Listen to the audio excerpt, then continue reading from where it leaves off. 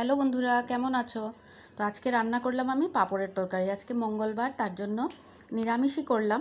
তো পাঁপড়কে আগে ভেজে নিয়েছি, পাঁপড় ভাজা হয়ে গেছে। এখন কড়াইতে তেল দিলাম, দিয়ে তেজপাতা আর পাঁচফোড়ন দিয়েছি, দিয়ে গুলে রাখা মশলা যেটার মধ্যে দিয়েছি টমেটো, কাঁচা লঙ্কা, হলুদ, নুন, জিরে গুঁড়ো, ধনে গুঁড়ো, এগুলো দিয়ে ভালো করে কষিয়ে নিলাম।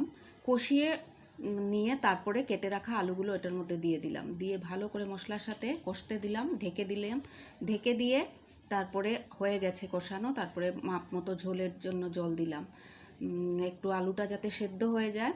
তারপরে ঝোলটা আমার প্রায় হয়ে এসছে। এখন আমি এদিকে পাঁপড়গুলোকে হাত দিয়ে ভেঙে নিলাম, ভেঙে নিয়ে পাঁপড়টা ওইটার মধ্যে ঢেলে দিয়েছি। আর তার আগে দিয়েছি একটু চিনি আর গরম মশলার গুঁড়ো, যাতে ব্যালেন্স হয় ইয়েটা।